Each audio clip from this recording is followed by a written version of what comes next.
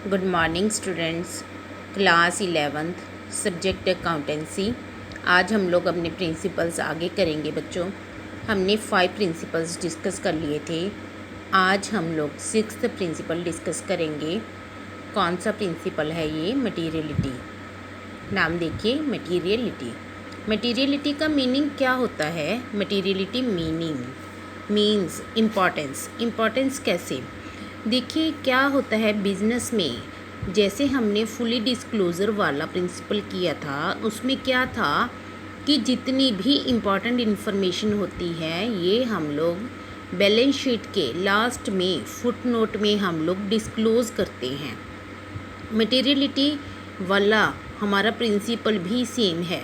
इसका मीनिंग भी यही है कि जो इम्पॉर्टेंट इन्फॉर्मेशन होती है बिज़नेस की, ये सारी की सारी हम लोग बिज़नेस में रिकॉर्ड करते हैं। बट यहाँ पर डिफरेंस क्या है कि मटेरियलिटी मीनिंग कि कोई बात किसी पर्सन के लिए इम्पॉर्टेंट है, किसी बिज़नेस के लिए इम्पॉर्टेंट मानी जाती है और किसी अदर बिज़नेस के लिए इम्पॉर्टेंट नहीं मानी जाती। यहाँ पर बात इम्पॉर्टेंस की आ रही है। जैसे मान लीजिए 100 रुपीज़ नोट है। 100 रुपीज़ नोट की वैल्यू हर एक पर्सन के लिए सेम है। बट वही 100 रुपीज़ का नोट मान लीजिए टाटा के पास है। टाटा बिरला ऐसे बड़ी बड़ी फर्म्स की बात कर रहे हैं हम लोग। टाटा के पास 100 रुपीज़ का नोट है। वहीं दूसरी तरफ कौन सा पर्सन है? बेगर है, गरीब पर्सन है, कोई भिखारी है, उसके पास 100 रुपीज़ का नोट है।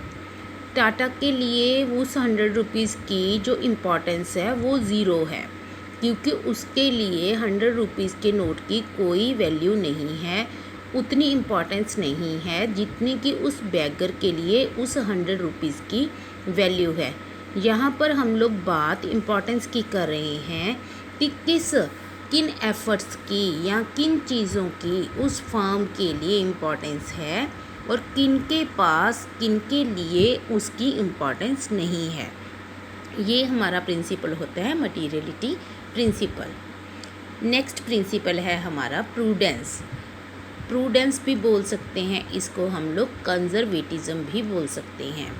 इसको एक एग्ज़ाम्पल के ज़रिए मैं आपको समझा रही हूँ, बहुत इजीली इसका मीनिंग आपको समझ आ जाएगा। जैसे आप लोग हो, यू मीन्स आप हो, और एक आपका जब कोई टेस्ट हुआ तो आपने अपनी मदर को कैसे मार्क्स बताए? आपने टेस्ट दिया, 90 मार्क्स का टेस्ट था, आपका फुल टेस्ट बिल्कुल सही है, आपको ऐसा है कि आपके 90 मार्क्स आएंगे, फिर भी आपने थोड़े से कम करके आपने बोल दिया कि मदर मेरे 85 मार्क्स श्योर पक्का आ जाएंगे। और अगर आपका 80 मार्क्स का टेस्ट है तो आपने 80 में से 80 मार्क्स प्राप्त करने हैं, तो आप बोलोगे कि श्योर मेरे 75 आ जाएंगे। ऐसे ही 70 का टेस्ट है तो आपने बोला कि मेरे 60 आ जाएंगे। आपने कंजर्व कर दिया कि आपने बोल दिया कि आपका, देखिए आपके आने तो 90 में से 90 है, बट आप 90 नहीं लगा रहे हो, आप बोल रहे हो कि 85 तो डेड श्योर है कि आ ही जाएंगे। तो ऐसी बातें क्या होती हैं कि जैसे बिज़नेस कर रहे हैं हम लोग, बिज़नेस में क्या होता है, डू नॉट एंटिसिपेट प्रॉफिट्स की। जो भी प्रॉफिट्स होते हैं बिज़नेस में उनको हम लोग एंटिसिपेट नहीं करते हैं, एंटिसिपेट प्रॉफिट नहीं लेते हैं, नहीं रिकॉर्ड करते हैं। कि एंटिसिपेट का मीनिंग ये है कि जो एक्सपेक्टेड प्रॉफिट्स होती हैं कि ये प्रॉफिट्स हमको हो जाएंगे, उनको हम लोग रिकॉर्ड नहीं करते हैं। बट अगर हमको ये हो कि इन फ्यूचर हमको ये लॉसेस हो सकते हैं तो हम लोग उनको रिकॉर्ड करते हैं।